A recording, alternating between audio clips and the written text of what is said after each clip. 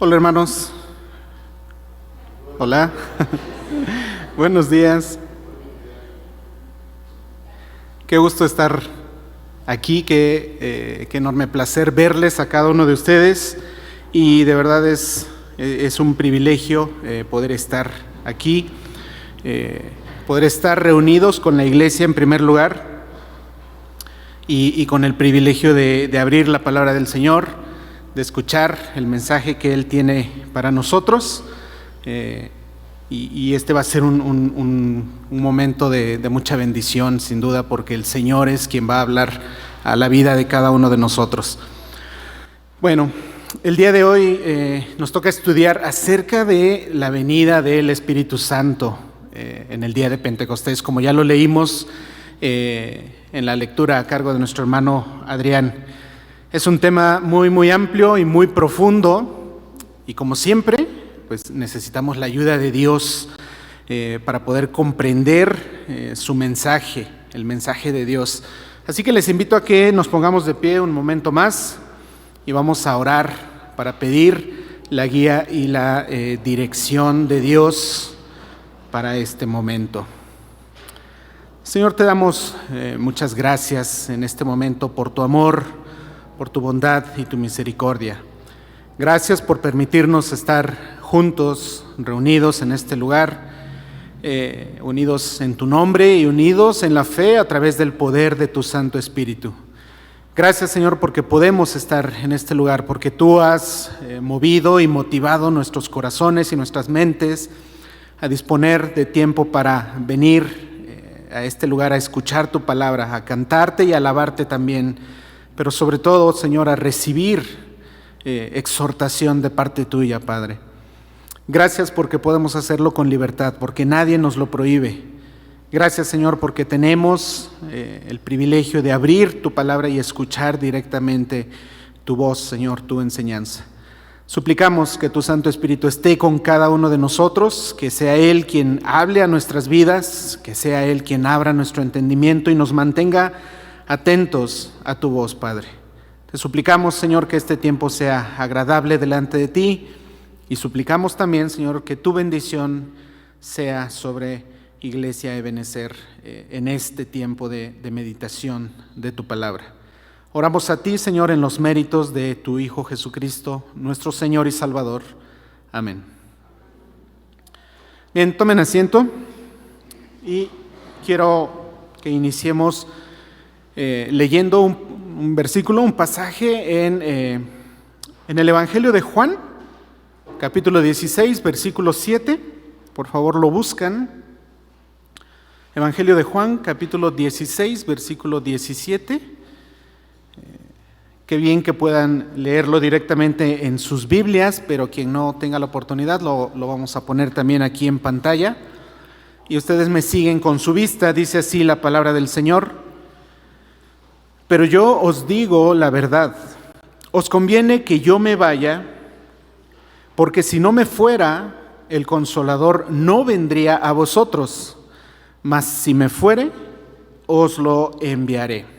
Y bueno, aquí tenemos un pasaje en donde el apóstol Juan nos narra la promesa de la venida del Espíritu Santo, y en este caso es hecha esta promesa por el mismo Señor Jesucristo, acerca del tema que vamos a estudiar, de la venida del Señor. Era una promesa que también hizo el Señor Jesucristo. Y respecto a esta promesa, yo quisiera plantearles la siguiente pregunta. No es mía directamente, es de un teólogo, se llama Josías Grauman, y respecto a este tema él plantea una pregunta, un cuestionamiento y varias ideas que nos van a ayudar a comprenderlo. Bueno, lo que menciona el doctor Josías Grauman plantea la siguiente pregunta. Dice, si tú pudieras escoger entre vivir hoy aquí en la tierra al lado del Señor Jesucristo o lo que tienes hoy, que es al Espíritu Santo morando dentro de ti, ¿qué escogerías? ¿Qué escogerían, hermanos? Es una pregunta interesante, ¿verdad? ¿Qué escogeríamos? Escogeríamos ver al Señor Jesús en medio de nosotros el día de hoy. Muy probablemente esto que les voy a mencionar yo, ustedes tal vez ya lo hayan hecho en alguna ocasión o tal vez no, pero imagínense el poder ver al Señor Jesús entre las calles el día de hoy, haciendo los milagros que leemos en la Biblia, sanando enfermos, alimentando a los necesitados, dando vista a los ciegos, levantando a los paralíticos, dando vida a los muertos, pero también trayéndolo a nuestro contexto actual, sanando enfermedades como el cáncer, como el SIDA, todas estas enfermedades modernas que aquejan tanto toda nuestra vida, todo lo que nos rodea el día de hoy. Por supuesto que para el Señor sería posible hacer ese tipo de milagros si Él estuviera el día de hoy. ¿Acaso no sería maravilloso para nosotros el simple hecho de poder verlo, de tener la oportunidad de escuchar su voz, de escuchar sus enseñanzas, de escuchar alguna de sus parábolas? Sería algo maravilloso, sin duda, para cada uno de nosotros. Pero sabemos cuál es la respuesta de esta pregunta, ¿verdad? ¿Qué es lo mejor?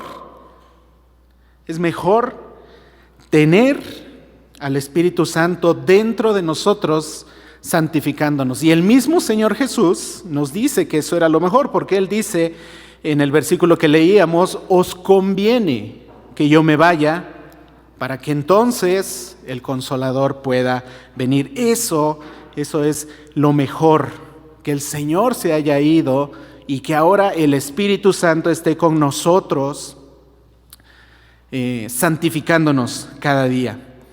Pero en realidad, si somos honestos, muchos de nosotros seríamos tentados a escoger tener al Señor Jesús con nosotros.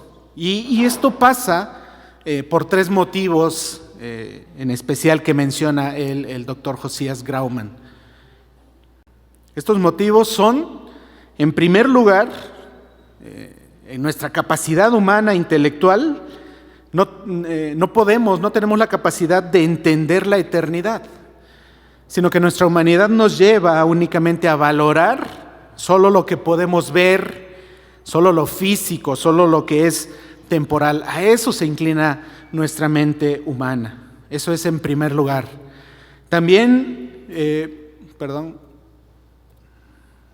en segundo lugar, tampoco tenemos la capacidad de comprender por completo la obra del Espíritu Santo en nuestras vidas, que consiste en transformarnos desde nuestro interior.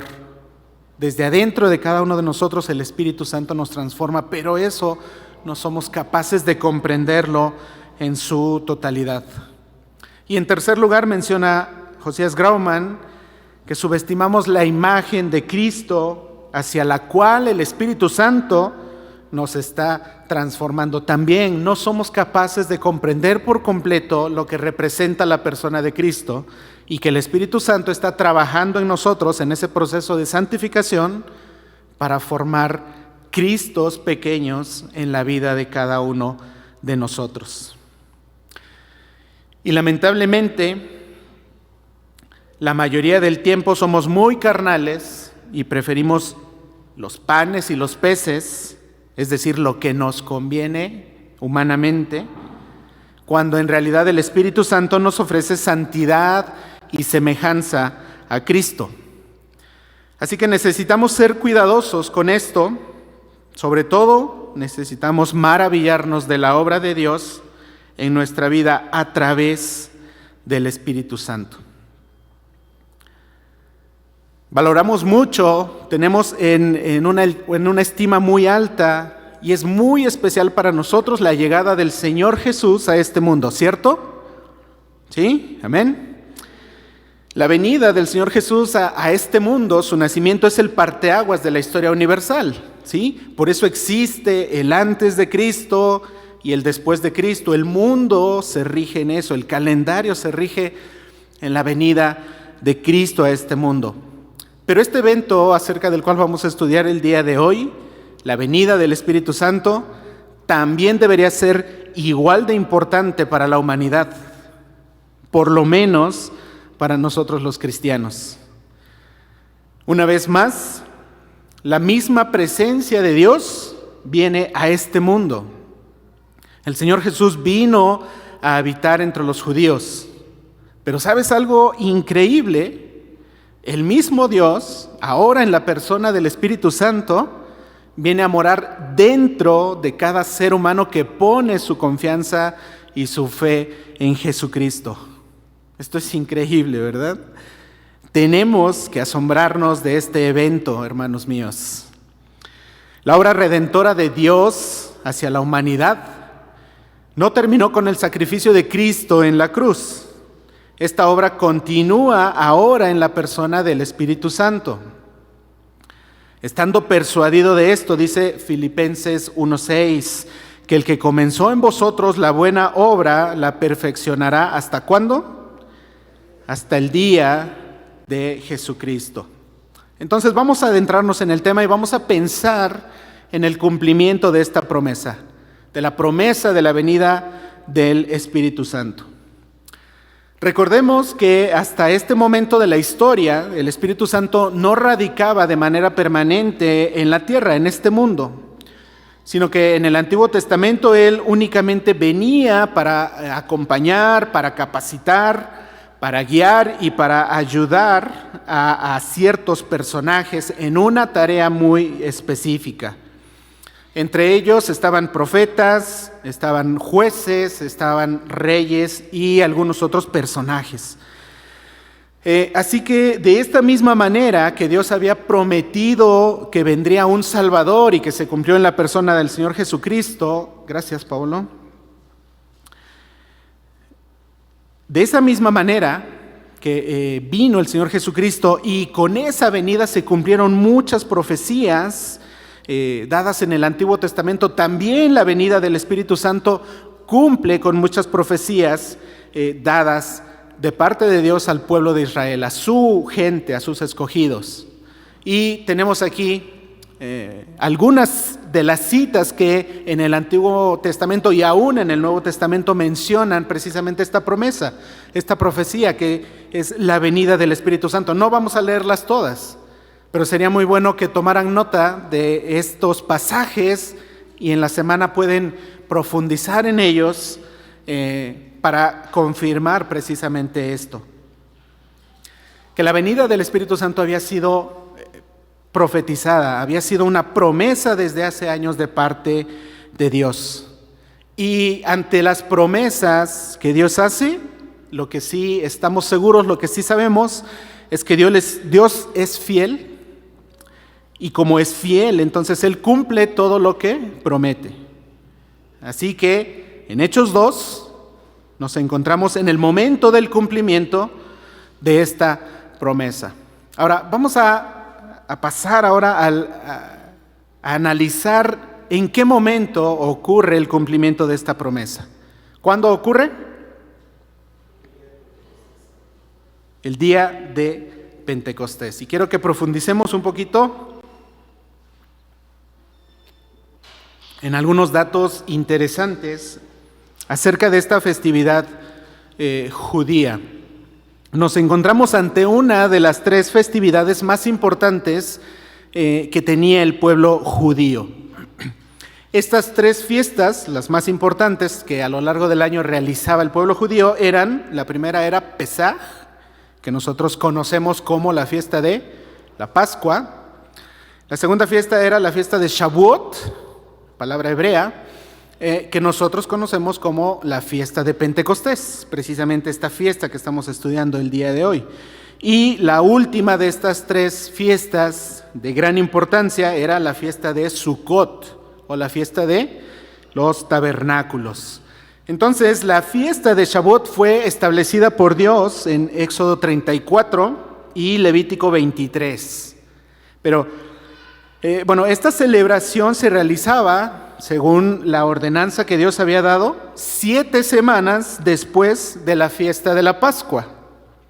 ¿Sí? De ahí el nombre de Shavuot. Shavuot en hebreo significa semanas. ¿Sí? Dios había establecido que después de la fiesta de la Pascua se contaban 7 semanas, que equivalen a ¿cuántos días? Exactamente 49. 7 días, cada semana, 7 semanas, son 49 días exactos. Entonces, por la cercanía, con el paso del tiempo, se le pone el nombre de Pentecostés a esta fiesta, porque Pentecostés significa 50. Entonces, hacía alusión a esos 50 días que tenían que transcurrir desde la fiesta de la Pascua para celebrar la fiesta de Shavuot o de Pentecostés. Esta fiesta se hacía para recolectar los primeros frutos de la cosecha de trigo y se presentaban en el templo. Así lo indica Deuteronomio 16, 9 al 12. Curiosamente para nosotros, ¿en qué fecha estamos hoy? 28 de mayo. Curiosamente, esta fiesta coincidía con los últimos días del mes de mayo, o en otras ocasiones, con los primeros días del mes de junio. Entonces, bueno, y una ligera coincidencia que estemos estudiando el día de hoy la fiesta de Pentecostés. Permítame, me está fallando la tecnología. Bueno, perdón, continuamos. También es muy importante que sepamos que con el paso del tiempo, esta fiesta fue adquiriendo un segundo significado. El primer significado era el que mencionamos, de que tenían que llevar los primeros frutos de trigo para presentarlos en el templo y de esa manera adorar. Pero, repito, con el paso del tiempo adquirió un segundo significado, se convirtió en la fiesta de la renovación del pacto o de la alianza de Dios con el pueblo judío. Es decir, que los judíos conmemoraban la fecha cuando se entregó la ley de Dios a Moisés en el monte Sinaí, para posteriormente hacérsela llegar al resto del pueblo, ¿sí? Las fechas coincidían con ese momento que había dado Dios la ley a Moisés en el monte Sinaí. Entonces, por eso, esta fiesta fue adquiriendo ese segundo significado o esa segunda celebración. Así que de esta manera, esta fiesta representaba también para el pueblo judío el inicio del pueblo de Israel como una nación. ¿Sí? Esto también es muy interesante. Tal vez nosotros podamos entenderlo de una mejor manera si pensamos en lo que representa para nosotros los mexicanos el 16 de septiembre. Esa fecha es importante para nosotros, ¿cierto? Como ciudadanos mexicanos. Bueno, para los judíos, esta fiesta de Pentecostés tenía una importancia muy similar a esta. Una de las características más importantes de esta fiesta, o más bien de estas tres fiestas, de la Pascua, de Pentecostés y de los tabernáculos, era que todos los judíos tenían la ordenanza de acudir a la ciudad de Jerusalén para adorar en el templo. Estuvieran donde estuvieran, ellos tenían que desplazarse a la ciudad de Jerusalén y llegar hasta el templo para realizar la celebración de esta fiesta. Por lo tanto, judíos de todas partes del mundo, para este entonces, para el tiempo después de la ascensión de Cristo, llegaron de todas partes del mundo, precisamente a Jerusalén y en específico al templo para la celebración de esta fiesta. Es curioso que Dios nos revela de manera muy detallada la forma en que Él actúa. Tomemos en cuenta que nuestro Dios es un Dios que desarrolla sus planes de manera muy, muy minuciosa y muy detallada. Así que no es coincidencia que el Espíritu Santo haya sido enviado precisamente en el día de Pentecostés, en esta fiesta. De esta misma manera que tampoco fue una coincidencia que Cristo fuera crucificado en medio de la celebración de la Pascua. Sabemos que con la crucifixión se cumplieron muchas profecías y ese sacrificio en la cruz tomó un significado muy, muy importante a favor de todos los cristianos, a favor de nuestra salvación. Pues ahora, con la venida del Espíritu en la fiesta de Pentecostés, también se cumplen muchas profecías y la venida del Espíritu Santo también adquiere un significado muy, muy importante para nosotros los cristianos. ¿Recuerdan que mencionamos que Pentecostés se había convertido en la fiesta para conmemorar el nacimiento de Israel como una nación? Bueno, pues uno de los significados más importantes también de la venida del Espíritu Santo es que con su llegada se lleva a cabo el nacimiento también de una nación espiritual. ¿Cuál es esa nación? La iglesia, exacto. Es decir, que si para nosotros como mexicanos, como les mencionaba, es importante el 16 de septiembre, entonces como cristianos es mucho más importante esta fecha, el día de Pentecostés. Ese día nació nuestra nación espiritual, nuestra nación eterna, porque todos somos parte de la iglesia, ¿verdad? Amén. Bueno, recordemos que esto está escrito en la palabra de Dios. Nuestra ciudadanía verdadera está ¿dónde? Filipenses 3:20, está en los cielos, y que aquí solo somos peregrinos y extranjeros. Regresemos a Hechos 2, y el versículo 1 nos menciona que refiriéndose a los discípulos, y no únicamente a los 12, sino a todos los que habían sido seguidores de Jesús y que estaban acompañando a los 12 en ese momento, ellos estaban todos unánimes y juntos. Jesús les ordenó que no se fueran de Jerusalén en el capítulo anterior, en Hechos 1:4, sino que esperasen dentro de la ciudad de Jerusalén a que se realizara el cumplimiento de la promesa de la venida del Espíritu Santo. Así que ahora pensemos en el lugar de los hechos. Ya analizamos un poquito acerca del momento, de la fecha o del día en que sucedió esto, pero ¿en qué lugar sucedió?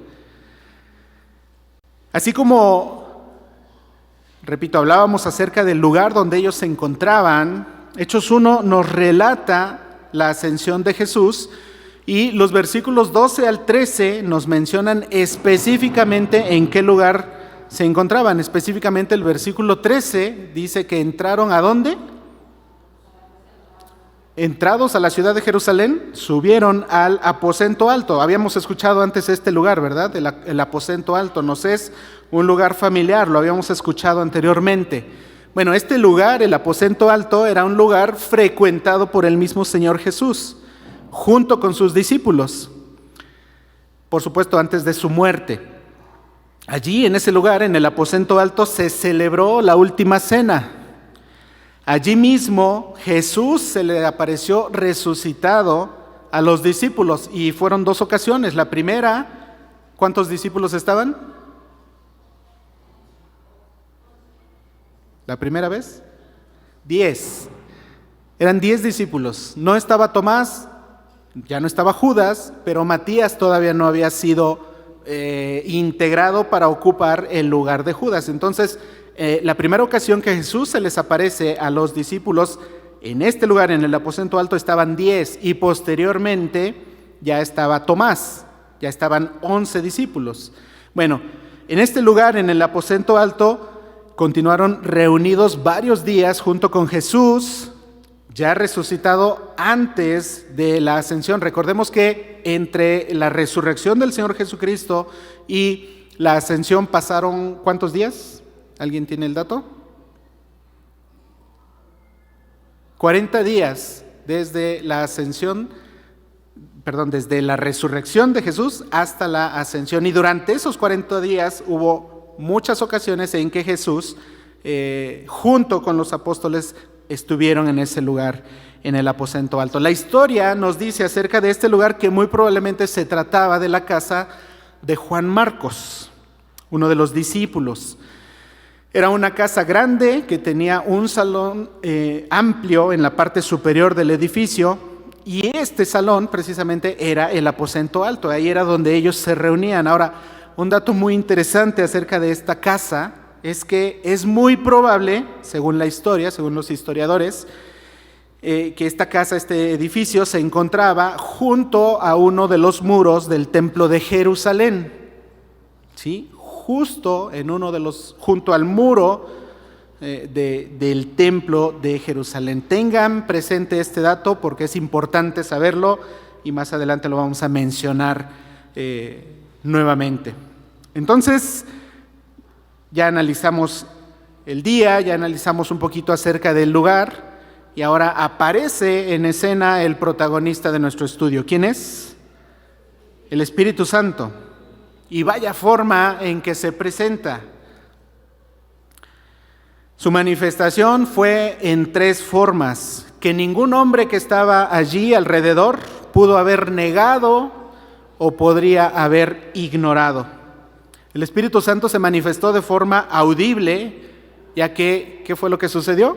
Audiblemente se escuchó el estruendo como de un viento recio.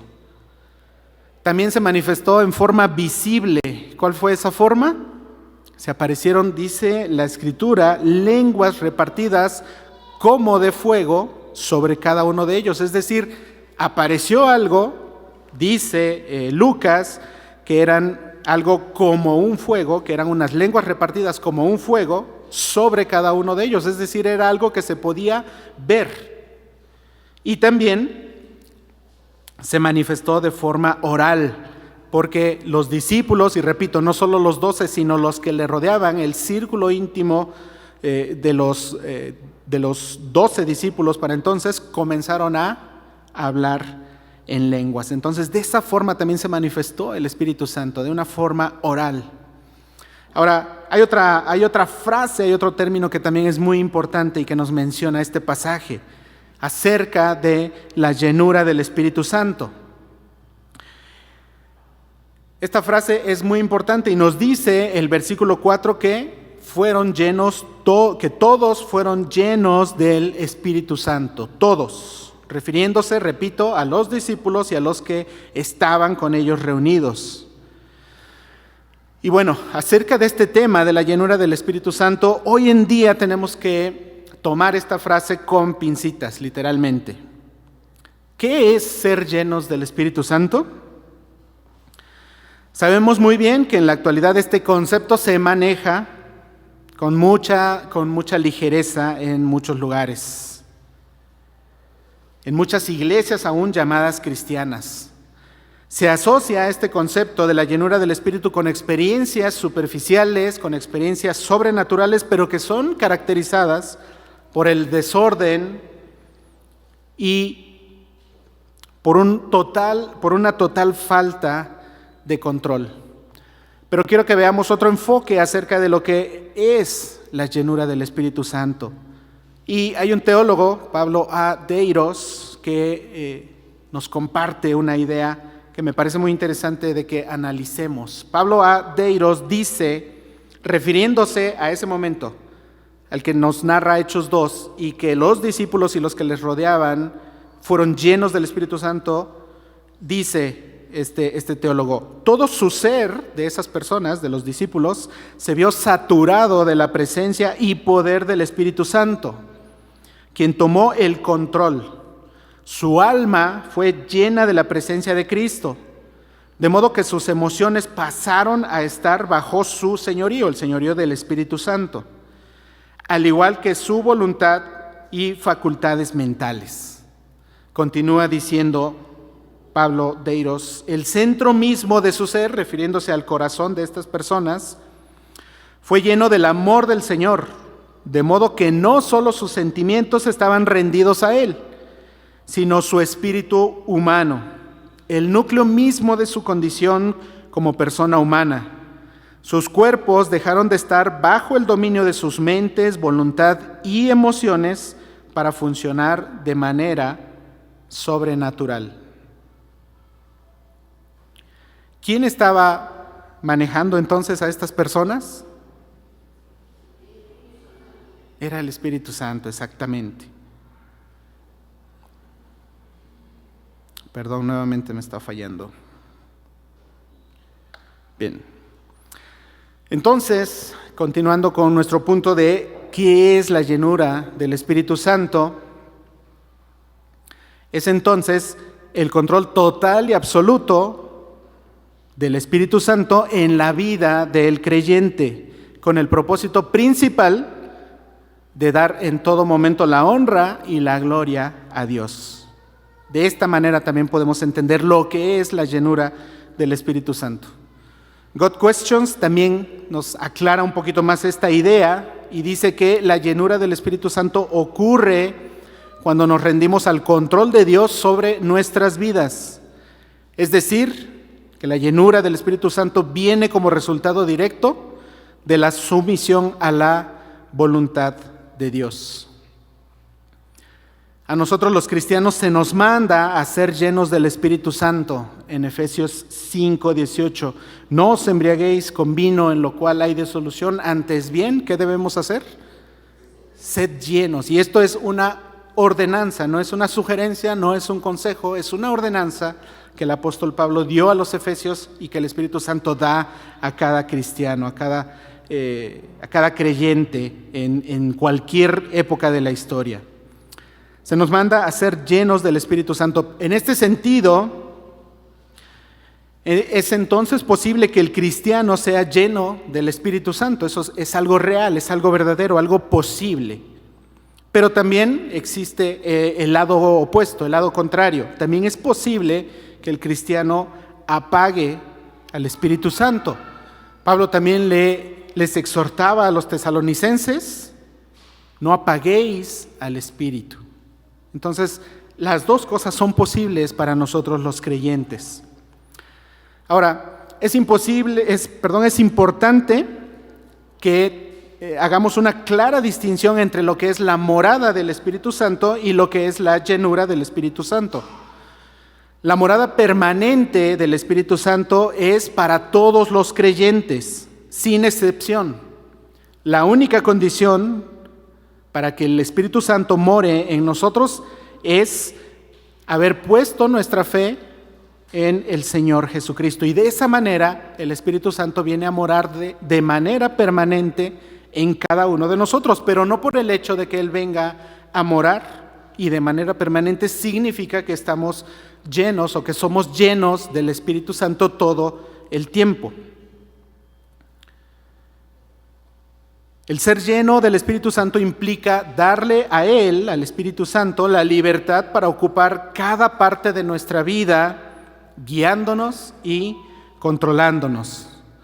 Es entonces que su poder se puede ejercer a través de nosotros para que lo que hagamos sea un fruto para Dios. La llenura del Espíritu Santo no se aplica solamente a hechos externos, visibles y tangibles. También se aplica a nuestros pensamientos más íntimos, a las motivaciones de nuestro corazón, y eso se refleja en todo lo que hacemos. Todo lo que hacemos tiene un inicio, una motivación. Surge de las motivaciones, de la inclinación de nuestro corazón. También la llenura del Espíritu Santo es resultado de nuestra obediencia a las ordenanzas de Dios hacia nosotros. Primero de Samuel 15:22 dice que Dios se complace más ¿en qué? En el obedecer que en los sacrificios. La obediencia es algo agradable al Señor. Por lo tanto, repito, la llenura del Espíritu Santo también es resultado de nuestra obediencia a las ordenanzas de Dios. Y son muchas las áreas de nuestra vida. Pensamos en nuestro aspecto social, en nuestro aspecto moral, en nuestro aspecto ético, en nuestro aspecto espiritual, en nuestra relación de familia, en nuestra relación laboral. Hay muchas áreas en las que se divide nuestra vida y en todas ellas debemos someternos totalmente a Dios para que entonces se pueda producir un fruto agradable. Es decir, no solamente tenemos que ser obedientes o buscar la obediencia al Padre solamente en el aspecto espiritual de nuestra vida, solamente los domingos o solamente los jueves o solamente cuando estamos aquí en la iglesia o tal vez con nuestra familia en casa, con nuestra familia cristiana. En cada área de nuestra vida necesitamos someternos totalmente al control del Espíritu Santo. Entonces es cuando hay fruto en todas las áreas de nuestra vida. Y es entonces que podemos decir que estamos siendo llenos del Espíritu Santo. Entonces quisiera preguntarles nuevamente a cada uno de ustedes, y no es necesario que levanten la mano o que digan alguna respuesta, pero que lo meditemos en nuestro interior. ¿Alguno de nosotros podemos decir plenamente que estamos llevando una vida llena del Espíritu Santo? Es algo muy difícil, es algo muy, muy complicado. Y sobre todo si no permitimos que nuestra vida esté siendo controlada de manera total por el Espíritu Santo. Repito, no solamente es el área espiritual en la que debemos buscar sometimiento a la palabra de Dios, es en todas las áreas de nuestra vida, es en todos los círculos en los que nos desenvolvemos, es en todos los lugares en donde andamos, es con todas las personas con las que nos relacionamos que debemos estar buscando obediencia a la palabra de Dios, para entonces poder mostrar llenura del Espíritu Santo. Nuevamente necesitamos que Dios nos guíe y que Él nos ayude en esta misión imposible, humanamente hablando. Nosotros no podemos lograrlo, no podemos cumplir en su totalidad con obedecer la palabra de Dios, repito, humanamente hablando. Pero para ello nuevamente Dios nos provee de la ayuda que necesitamos. ¿Y es a través de quién? Del Espíritu Santo. La venida del Espíritu Santo también tiene otro propósito, que es el de desempeñar multitud de ministerios en la vida del creyente. Y esto espero que como a mí nos asombre a cada uno de nosotros. Voy a mostrar una tabla en la cual se muestran muchas de las cosas en las cuales el Espíritu Santo nos ayuda en nuestra debilidad. Dios sabe que no tenemos la capacidad de obedecerle por nuestros propios medios. Entonces Él manda al Espíritu Santo para ayudarnos a obedecerle. ¿Sí? Recibimos ayuda de parte de Dios para obedecer su palabra. Esto es maravilloso, es increíble. Y aquí están algunos de los ministerios.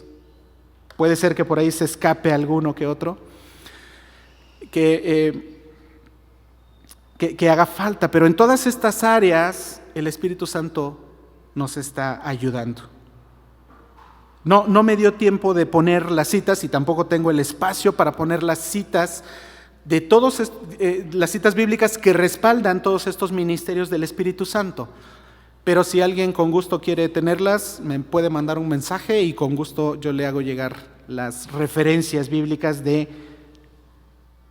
estos ministerios que el Espíritu Santo hace en la vida del creyente. A través de esto, Él nos ayuda a obedecer la palabra de Dios y entonces podemos ser llenos del Espíritu Santo. Dice Hechos, el pasaje que nos corresponde, que fueron llenos del Espíritu Santo y como consecuencia, ¿qué pasó? ¿Qué pasó con los discípulos? Comenzaron a hablar en lenguas y entonces entramos al punto, creo que un poquito más complicado del día de hoy, pero con la ayuda de Dios podemos aprender mucho. Hablar en lenguas. En primer lugar, es muy importante recalcar que este milagro de hablar en lenguas fue resultado, como ya lo hemos mencionado, ¿de qué? De haber sido llenos del Espíritu Santo. Este milagro que sucedió en ese momento tuvo un propósito muy específico. ¿Cuál fue el propósito? Comunicar el Evangelio, en especial a todos esos peregrinos judíos que habían llegado al templo, a la celebración de la fiesta. Dice Hechos 2:5 que moraban entonces en Jerusalén judíos, varones piadosos de todas las naciones bajo el cielo. ¿Cómo es posible que había varones de todas las naciones bajo el cielo en ese día, en ese lugar, en ese momento? Repito, la fiesta de Pentecostés ordenaba que los judíos estuvieran donde estuvieran, tenían que acudir a Jerusalén, específicamente al templo, para adorar, para la celebración de la fiesta. Entonces, después, con el paso del tiempo, había muchos judíos que vivían ya en otras partes del mundo. Recordamos también el exilio a Babilonia y que después el pueblo de Israel regresó a Jerusalén, a la tierra de Israel, pero no regresaron todos. Muchos se quedaron a morar allá en esos países donde habían sido cautivos y muchos se habían esparcido por diferentes lugares. Pero para la fiesta de Pentecostés tenían que llegar a la ciudad de Jerusalén, tenían que estar ahí. De ahí vinieron todos esos judíos, varones piadosos de todas las naciones bajo el cielo. A eso se refiere, a que venían de todos los lugares de alrededor de Israel. Todas las naciones bajo el cielo. Este don de hablar en lenguas consistió específicamente en que las personas judías, refiriéndonos a los discípulos que recibieron ese don, llenos del Espíritu Santo, tuvieran la capacidad sobrenatural de hablar en lenguas extranjeras y desconocidas para ellos. Esto solo fue posible por medio del poder del Espíritu Santo. Ahora, ¿cómo sabemos que ellos no habían sido entrenados en esas lenguas extranjeras? ¿Cómo sabemos que ellos no habían conocido esas lenguas anteriormente? El versículo 7 de Hechos 2 nos dice: mirad, los judíos, los que venían de fuera, venían a la celebración, observaron lo que estaba ocurriendo, y cuando vieron a estos discípulos, a los creyentes hablando en lenguas, se asombraron obviamente, pero se cuestionaban: mirad, ¿no son galileos todos estos que hablan? Y aquí estoy subrayando en rojo la palabra galileos, porque los galileos en el reino de Israel, a partir de la división después del reinado de Salomón, el reino se divide en dos: el reino del sur y el reino del norte. Entonces, a partir de ese tiempo de la historia, comienza a existir una rivalidad entre ambos reinos. Los del sur tenían dificultades con los del norte y viceversa, y esa rivalidad se iba acrecentando. Entonces, la historia nos dice que los pobladores del reino del norte eran conocidos como gente inculta, como gente vulgar, como gente que no tenía mucho conocimiento o que no se daba al estudio. Y por el contrario, los del reino del sur eran conocidos por ser cultos, por ser estudiosos, por tener formación, por tener educación.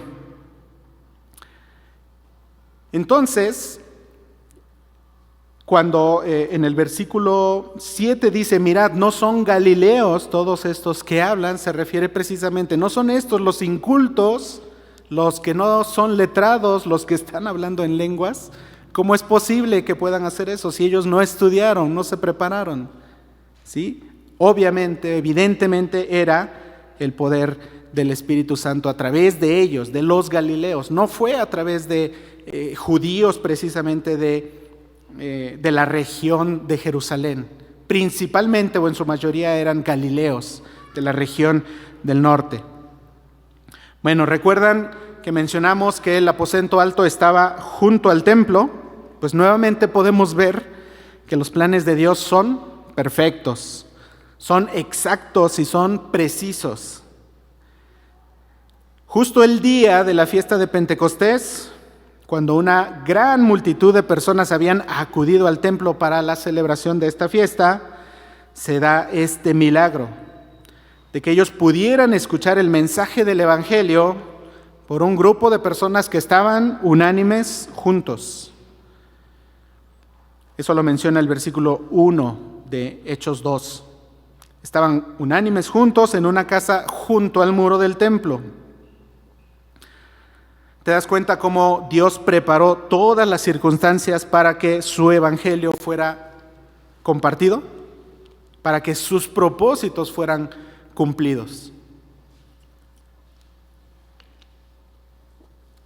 Es muy claro ver la mano de Dios ahí tras bambalinas moviendo los hilos de todo lo que está sucediendo. Un par de ideas, de comentarios más acerca de este tema de hablar en lenguas. El don de lenguas fue uno de los dones dados por el Espíritu Santo. Todos los dones son dados por el Espíritu Santo, pero este fue usado solo durante un periodo de tiempo determinado, junto con algunos otros dones, como el de profecía, el de sanidad, por supuesto el de interpretación de lenguas, incluso el don del apostolado. Todos estos fueron dones dados por un periodo de tiempo determinado. El propósito principal de estos dones temporales era que fueran una señal para el pueblo de que el mensaje que estaba dando esa persona, ese profeta, ese juez, de que su mensaje provenía realmente de Dios. Era una manera de comprobar que esa persona realmente servía a Dios y que no era un falso maestro. Los falsos maestros no podían hacer este tipo de señales. Ahora quiero hacerles una ilustración acerca de la construcción. Yo creo que Laurita sería la indicada para pasar aquí al frente y explicarnos un poquito, pero bueno, no vamos a estudiar precisamente construcción, sino es simplemente una ilustración. Vemos ahí que para iniciar una construcción, una edificación, ¿por dónde se empieza? Por los cimientos, correcto. ¿Y después, con qué seguimos? Ahora sí continuamos pues con los muros, ¿no? O con las columnas, o con lo demás que va a sostener el edificio. Pero lo primero que se hace es el cimiento, el fundamento, ¿sí? Y una característica importante de las edificaciones, de la construcción, es que una vez que se ha establecido el cimiento y que se comienza a trabajar con lo de arriba, ¿se puede volver a trabajar con el cimiento? ¿Qué pasa si le movemos al cimiento después de haber iniciado la construcción? La vamos a echar a perder, vamos a crear alguna fractura, algún problema, echamos a perder nuestro proyecto, ¿sí? Bueno, otra característica del cimiento es que generalmente el cimiento está visible. No, generalmente está oculto, queda bajo la tierra y solamente se ve el edificio que está por encima. Estos dones temporales podemos asemejarlos precisamente a esos cimientos que sirvieron como base o como fundamento para el establecimiento de la iglesia, de la doctrina bíblica. Y el resto de dones que no son temporales son precisamente los que representarían nuestros muros, nuestra edificación. Entonces esos dones temporales solo sirvieron por un tiempo y después de eso ya no tenían un propósito que cumplir. Lo único que quedaban eran los muros o los dones que continúan aún en vigencia. El don de lenguas implicaba el hecho de que Dios de manera directa transmitía un mensaje. ¿Sí? El don de lenguas, repito, implicaba el hecho de que Dios de manera directa hablaba al pueblo. No era un mensaje que esas personas daban de manera voluntaria, ya que ellos no entendían las lenguas en las que estaban hablando. ¿Sí? No habían sido entrenados, no conocían esas lenguas, no sabían lo que estaban diciendo. Entonces, ¿quién era el que estaba hablando? ¿Quién era el que estaba moviendo los labios y la lengua de estos discípulos? Era el Espíritu Santo. Entonces, ¿quién estaba hablando? El Espíritu Santo. Antes de culminar el primer siglo en el canon, antes de culminar el primer siglo, el canon del Nuevo Testamento es completado y con ello la Biblia entera. Entonces, ya no había necesidad de que Dios transmitiera nuevos mensajes a su pueblo, a los creyentes. Todo lo que necesitamos saber, ¿dónde se encuentra? En la Biblia. Aquí está todo lo que Dios quiere hablar a nosotros. Ya está escrito, ya está completo. Ya no hay necesidad de que el Espíritu Santo hable el día de hoy. Por lo tanto, el don de lenguas o el de profecía ya no son necesarios, como veíamos hace un momento. Si el don de lenguas siguiera vigente, quiere decir que Dios sigue enviando mensajes a su pueblo. Y eso implicaría que la Biblia, ¿qué? No está completa. Porque Dios estaría comunicando un mensaje nuevo, algo que no está aquí en este libro. Pero eso no es posible. Si el don de lenguas siguiera en vigencia, eso sería un ataque directo a la suficiencia de las Escrituras. No necesitamos nada más que esto, más que la palabra de Dios que ya está escrita y que la tenemos a nuestro alcance. Un dato adicional para cerrar este tema de las lenguas.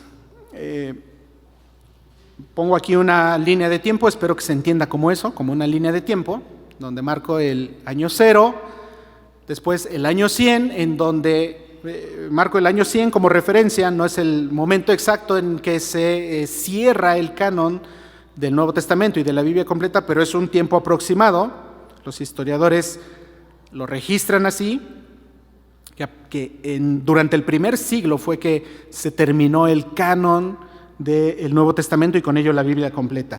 Después del año 100, no existen registros en la historia de la Iglesia de que el don de lenguas se haya practicado. Durante todo este tiempo no se practicó hasta 1901. Comienzan a surgir registros de que el don de lenguas se vuelve a practicar por parte de la Iglesia carismática, a partir de 1901 y hasta la fecha, 2023. Entonces, ¿cuánto tiempo ha pasado en que la Iglesia cristiana no ha practicado el don de lenguas? Por lo menos 1800 años. Durante el tiempo de historia, desde el año 100 hasta la fecha, 1800 años. Y a partir de 1900 a la fecha, que son poco más de 120 años, es que ha surgido esta nueva doctrina de las manifestaciones del Espíritu Santo, repito, que caracterizan desorden, descontrol en la iglesia. Bueno, vamos a continuar más adelante y vamos a pensar ahora, a analizar el mensaje que dieron estos discípulos. ¿Cuál era el mensaje que ellos hablaban y que cada persona escuchaba en su lengua natal? Muy sencillo. Algo muy sencillo de decir en palabras. Dice Hechos 2:11 que ellos hablaban, ¿qué? Las maravillas de Dios. Las obras que Dios ya había realizado en favor de todos los escogidos. Eso es lo que ellos hablaban en lenguas. El maravilloso mensaje del Evangelio de la cruz de Jesucristo. Y todas estas personas, estos judíos peregrinos que habían llegado de todas las naciones bajo el cielo, escuchaban las buenas nuevas de salvación en su propia lengua. Escuchaban que su Mesías prometido desde Génesis 3:15 por fin había llegado y que se había entregado para ser sacrificado en lugar de cada uno de ellos. Ese mismo mensaje que tú y yo ya hemos escuchado alguna vez y que también nos alcanzó para recibir la salvación de Dios.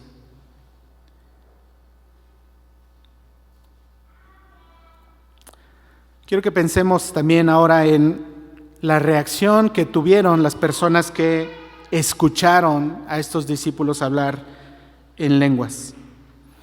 En los versículos del 6, la segunda parte, hasta el 8 y también en el 12, leemos que ellos estaban confundidos, atónitos, maravillados, perplejos y que meditaban en todo esto que ellos observaban. Sin duda esa reacción era resultado de la obra del Espíritu Santo en ese momento. En ese momento el Espíritu Santo ya estaba trabajando en ellos. Se habían removido sus corazones duros. Entonces la semilla del Evangelio estaba siendo sembrada. Y no solo eso, no solo estaba siendo sembrada, ya estaba produciendo fruto en ese mismo instante. Muchos corazones de piedra estaban siendo transformados en corazones de carne. El versículo 13 nos muestra el otro lado de la moneda. Las personas que se burlaban y que decían, refiriéndose a los discípulos, que estaban borrachos, que por eso actuaban así. A ellos, los que no entendieron este mensaje, sus corazones no fueron sensibilizados por el poder del Espíritu Santo. Y por lo tanto, por ese motivo, no entendieron el milagro que estaban atestiguando y tampoco entendieron la importancia de ese mensaje que escuchaban. Una vez más, podemos ser testigos, podemos observar la soberanía de Dios al mostrarnos que Él a unos escoge para vasos de ira y a otros para vasos de misericordia, dice Romanos 9, 22 al 23.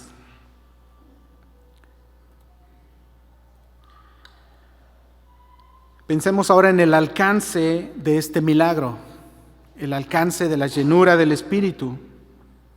Los versículos 9 al 11 enlistan una serie de lugares de procedencia de la gente que estaba reunida en ese lugar y que son la confirmación de Hechos 1:8. ¿Qué dice Hechos 1:8? Pero recibiréis poder cuando haya venido sobre vosotros el Espíritu Santo y me seréis, ¿qué? ¿Dónde? En Jerusalén, en Judea, en Samaria y hasta lo último de la tierra. Ya lo vimos, ya nos lo compartieron nuestros hermanos. El Evangelio iba a ir creciendo, se iba a ir expandiendo a partir de Jerusalén, cumpliendo precisamente lo que dice Hechos 1:8. Entonces, esta lista, que al parecer podríamos leerla y simplemente decir, pues había de tal lugar y de este otro lugar, ¿y dónde están esos lugares? Pues quién sabe. Pero quiero mostrarles este mapa, en donde podemos ver que estas personas habían venido a adorar a Jerusalén de todos los alrededores de Israel.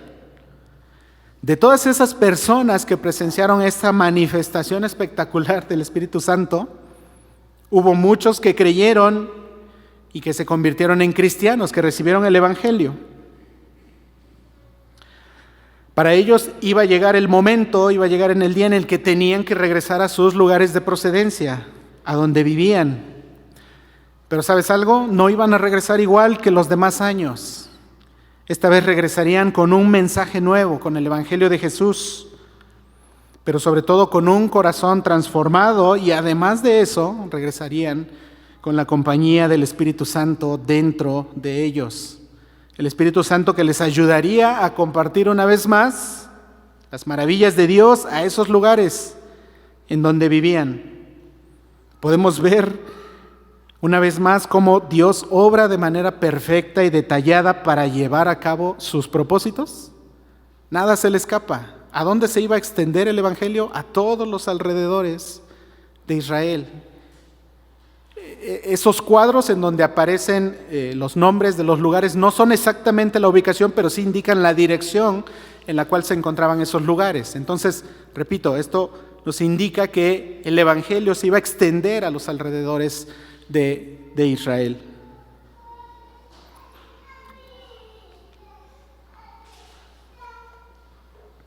Ya casi terminamos, les pido un poquito más de paciencia. Al estudiar este pasaje tenemos que recoger varias enseñanzas, así que quiero que meditemos ahora en las actitudes que tuvieron nuevamente algunos de los protagonistas de nuestra historia. Primero, los discípulos habían sido obedientes a la instrucción que Jesús les dio antes de ascender al cielo, cuando les ordenó que no se fueran de Jerusalén, sino que esperaran la llegada del Espíritu Santo. Además, habían permanecido juntos y unánimes, y con eso habían comenzado a reflejar las características que versículos más adelante serían reflejadas por el resto de la iglesia primitiva. Eso lo vamos a ver en semanas siguientes. Los discípulos fueron obedientes a la instrucción que Jesús les dio. Permanecían juntos y unánimes, estaban esperando la promesa del Señor. Eso tenemos que aprender nosotros, obedecer la palabra del Señor. De los que escucharon el mensaje y que sí creyeron, también podemos aprender que en un principio ellos no daban crédito de lo que estaban presenciando. Estaban confundidos, atónitos y maravillados. Incluso algunos de ellos fueron los que menospreciaban que el mensaje de salvación les llegara a través de esos galileos incultos, como los consideraban. Sin embargo, ellos fueron elegidos por Dios para recibir la salvación en el momento indicado. Así que nosotros debemos tener paciencia cuando compartimos el Evangelio, porque no siempre las personas lo entienden a la primera vez. Y muchas veces eso nos frustra a nosotros y dejamos de evangelizar. Pero recordemos que ¿quién es el que hace la obra? Es el Espíritu Santo. Él hace la obra, no nosotros. Nosotros sembramos la semilla. Debemos sembrar la semilla, pero ¿quién da el crecimiento? El Espíritu Santo. Ahora, el otro grupo, los que escucharon el hablar en lenguas, el mensaje de salvación en lenguas, pero que no creyeron, permanecieron confundidos y con un corazón endurecido. No tuvieron la capacidad de comprender el mensaje que escuchaban en sus propias lenguas. Pero eso fue porque el Espíritu Santo no había hecho la obra de transformación en sus corazones. Por lo tanto, no habían sido elegidos para ser salvos. Y la evidencia fue que se burlaban de los que sí creyeron, de los que hablaban incluso ese mensaje en lenguas, y decían que actuaban así porque estaban borrachos. Acerca de ser llenos del Espíritu Santo, también tenemos que aprender que debemos buscar la llenura del Espíritu Santo a través de la obediencia a la palabra. De ahí una necesidad muy grande, muy fuerte, de que cada uno de nosotros conozcamos la Biblia, pero no es conocerla solo de manera superficial. Tenemos que conocerla a detalle, a profundidad. ¿Cómo vamos a saber en qué cosas debemos obedecer a Dios si no conocemos las indicaciones que Él nos da? Así que el conocimiento de las Escrituras es básico para poder buscar la llenura del Espíritu Santo en nuestras vidas. También recordemos que la llenura del Espíritu Santo no son manifestaciones externas y llamativas que producen confusión, caos o desorden. La verdadera llenura del Espíritu Santo debe, en primer lugar, buscar la gloria del Padre en todo momento. La llenura del Espíritu Santo, además de eso, además de glorificar al Padre, debe producir como fruto también la edificación del cuerpo de Cristo. Ya que para que podamos ser llenos del Espíritu Santo es necesario que ejercitemos los diferentes dones que Dios nos ha dado a cada uno.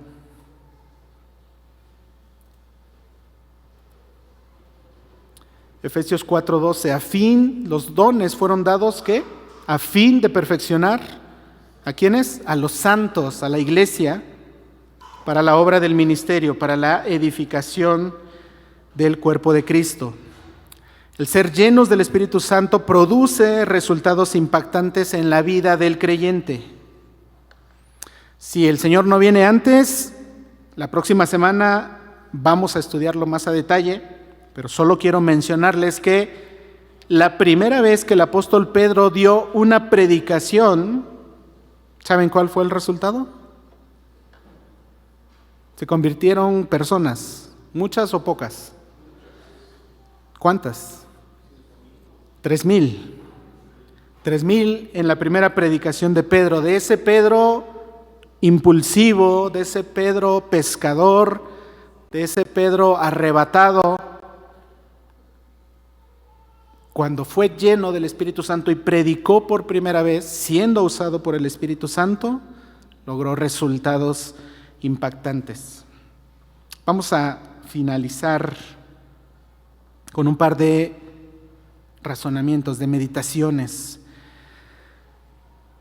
¿Te gustaría que se dijera acerca de ti que llevas una vida que refleja que estás siendo lleno del Espíritu Santo? ¿Sí nos gustaría?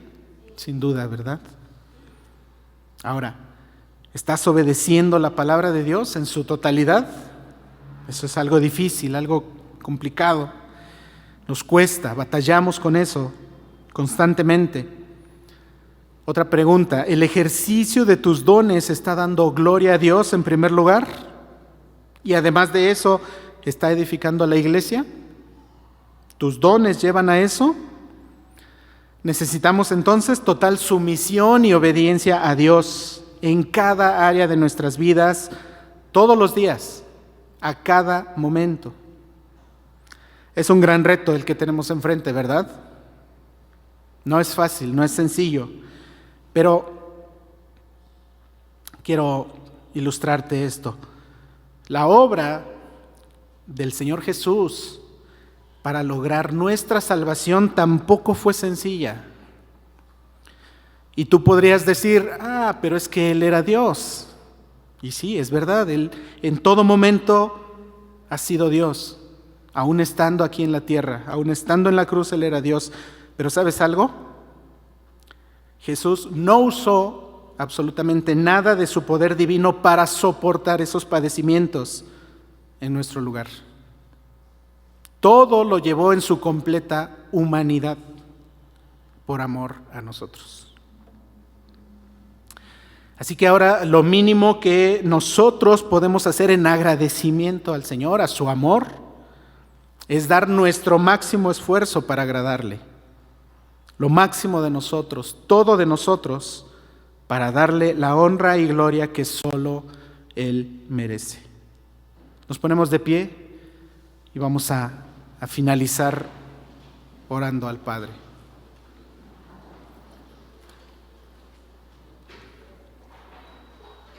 Señor, te damos gracias en esta hora por tu amor, por tu bondad y misericordia. Gracias por permitirnos abrir tu palabra, por escuchar tu palabra, tu voz, tu mensaje. Gracias porque sin duda tú hablas a la vida de cada uno de nuestros corazones. Y siempre hay áreas y siempre hay cosas que corregir, que mejorar en nuestra vida. Y te agradecemos, Señor, porque sigues trayéndonos tu palabra precisamente para corregir esas situaciones en cada uno de nosotros. Gracias, Dios, por cada uno de los que estamos aquí presentes, por lo que hemos escuchado. Permítenos, Señor, meditar en esto de manera continua, que no salgamos de este lugar igual que como veníamos, que salgamos meditando, que salgamos con el deseo y la intención de mejorar, Señor, de buscar la llenura de tu Santo Espíritu, de buscar la obediencia a tu palabra, de buscar darte la honra y la gloria a ti y así edificar a nuestros hermanos.